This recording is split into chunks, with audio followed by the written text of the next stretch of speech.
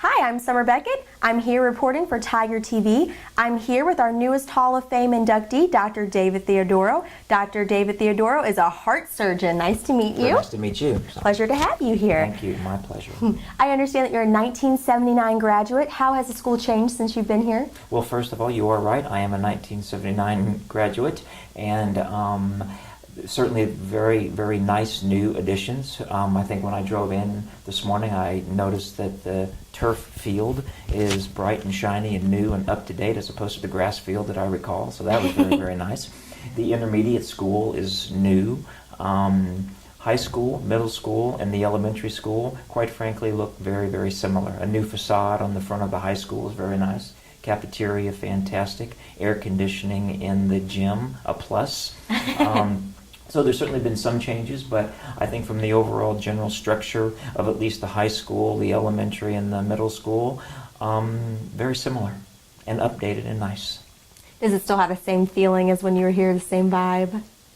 It's hard to know. You know, I'd have to get out and intermingle with the kids, I guess, at the class intermission or bell time, so to speak. But in general, yes, it clearly, walking in and around the gymnasium from a high school perspective, it brings back a lot of that high school vibe, to use your words.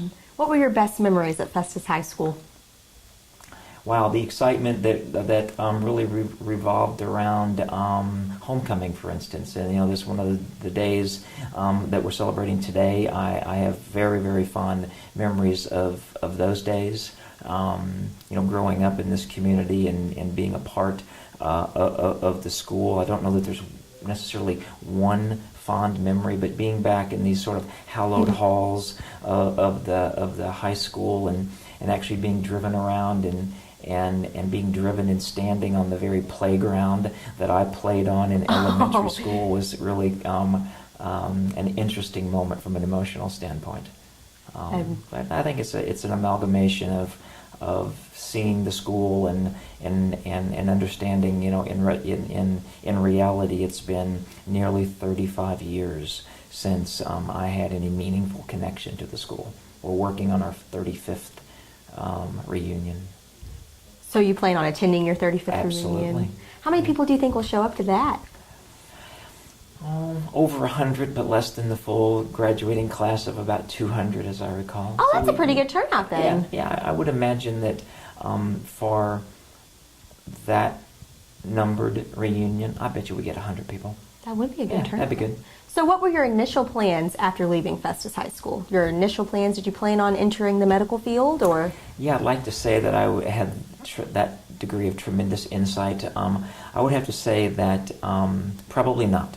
I needed a little bit more focus coming out of high school. I gained that focus by attending Jefferson Community College for a couple of years. Really began to focus at that point on sort of, if you will, the hardcore academics and had developed an interest in the sciences and mathematics, and then continued on in a chemical engineering degree from Washington University in St. Louis. And so probably immediately coming out of high school, focus was what I needed. I found that ability to hone in on what I liked, quite frankly, at Jefferson College, and took that experience and leveraged it into a really rigorous and good undergraduate degree from Washington University, and then on to medical school. Wow, that is amazing. Yeah. So Jefferson College kind of got you where you needed to be? I would say Festus High School and the whole system, as well as the community college, played a very important foundational role in you know, what ultimately I was fortunate enough to accomplish. Do you have any advice for students that are seeking a medical degree? Plan for a very, very long and rigorous academic trail. There is no question that it's a long road.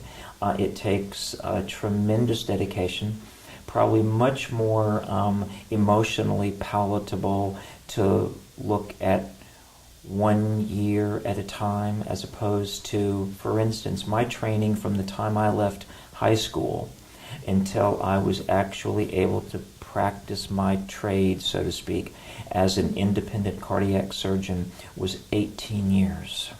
Whoa. 18 years after high school. So 5 years in undergraduate to do the chemical engineering degree, 4 years of medical school, that's the first 9,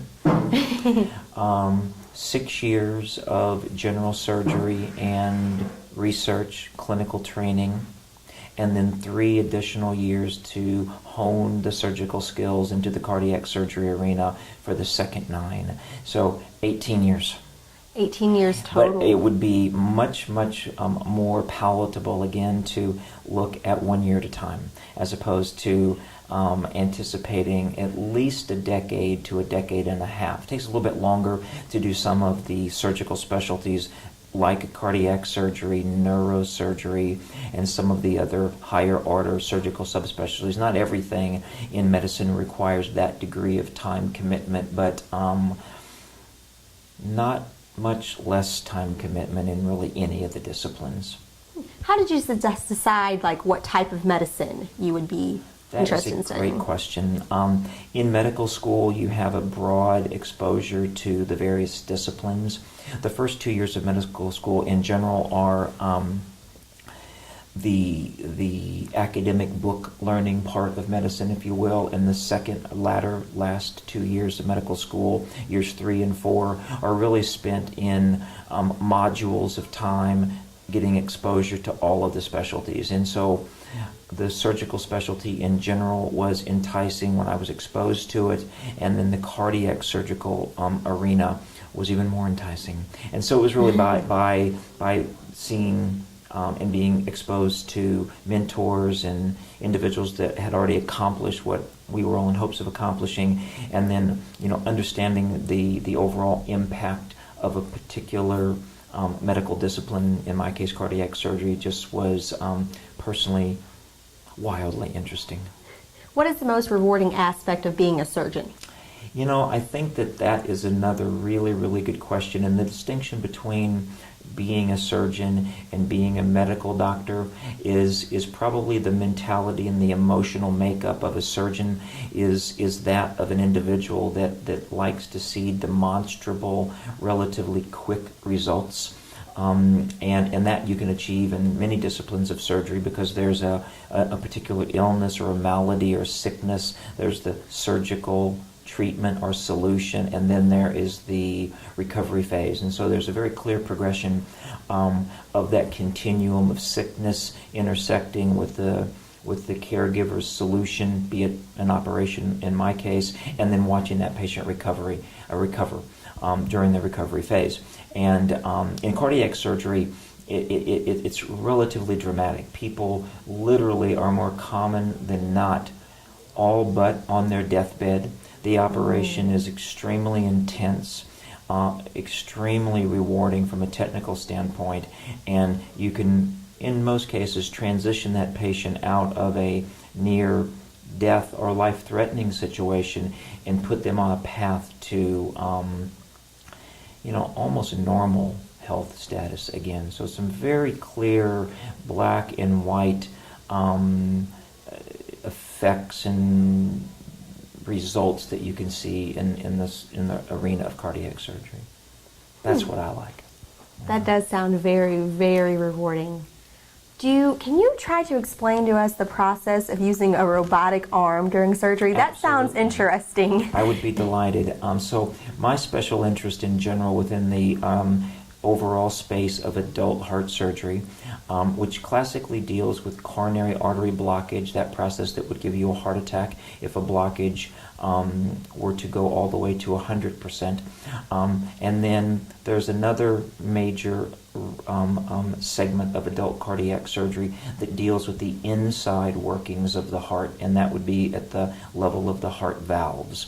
And it turns out that the heart valves are very approachable in minimally invasive surgical techniques, and the Da Vinci robot is a really very technologically advanced tool that ushers in even a more minimally invasive approach that allows us to connect what we would call the patient cart portion of the Da Vinci robotic system, which are the very bulky but sophisticated arms that connect to the very delicate and slender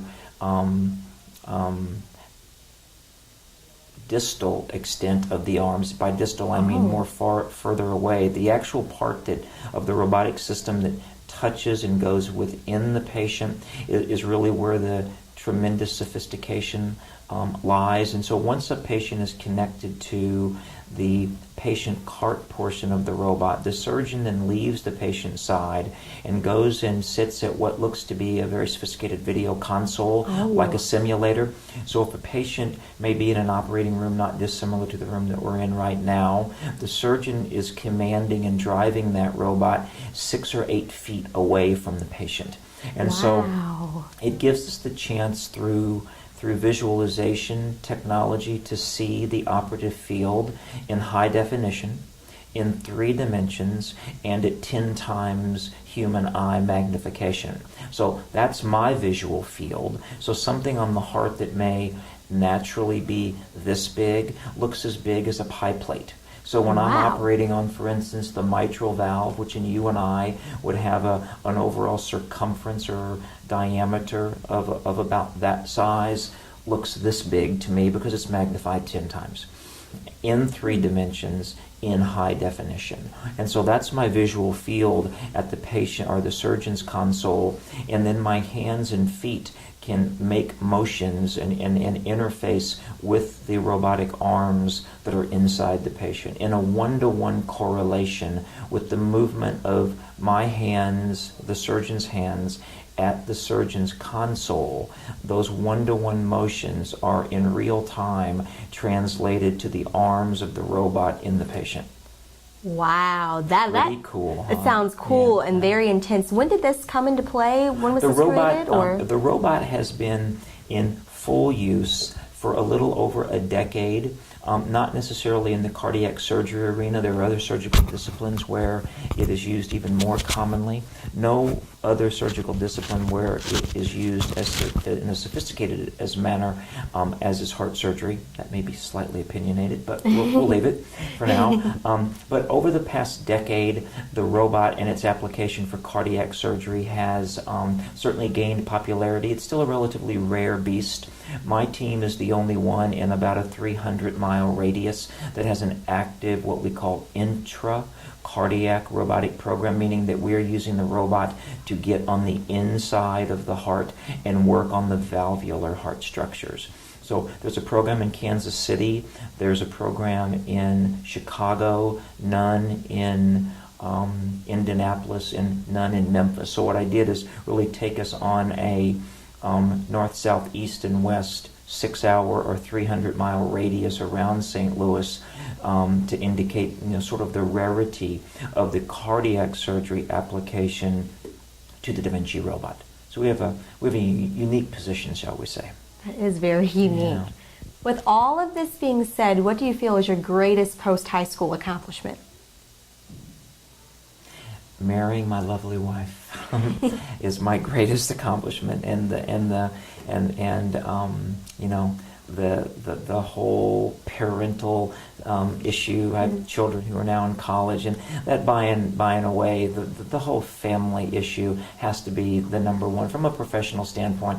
Unequivocally, getting to lead a very large heart institute with the SSM system in St. Louis, and being able to usher in minimally invasive cardiac surgery from a professional perspective, really across a large part of the Midwest, would be the biggest professional accomplishment.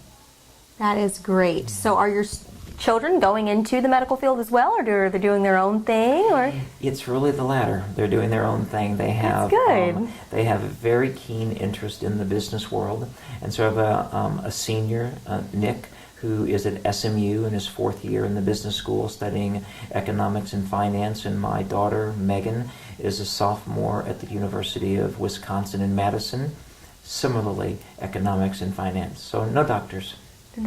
That is very rewarding to have a wife and children and still have all these great accomplishments, and It's That's very it's a rewarding. juggling act, but we seem to all be able, at least in our family unit, to juggle that act. That is very, very great. Do you have any advice for high school students of how to be successful, or? Dream and find your passion. Those are, probably the two most fundamental issues. Are finding something that you really love, and that you are likely to be pretty good at, and tune out the naysayers. I think that is in my personal story. I certainly, we don't have time to describe many pivotal naysayer moments. You can't do this, you shouldn't do this, there's no way you'll accomplish that. I think if you take that as an incentive to try harder and, if you will, kinda, sorta, prove that naysayer wrong, interface and integrate it with a passion, and obviously you have to do enough of a self-assessment to understand where one's aptitude and where your particular aptitude may lie. But I think it's dream, it's passion, and don't listen to people who want to bring you down. That is great advice. It was an honor to have you here. My pleasure. Congratulations on being inducted to the Hall of Fame. And thank you for your time. My pleasure. Ladies and Sandra. Thank gentlemen, you. Dr. David Theodoro. Thank you very much.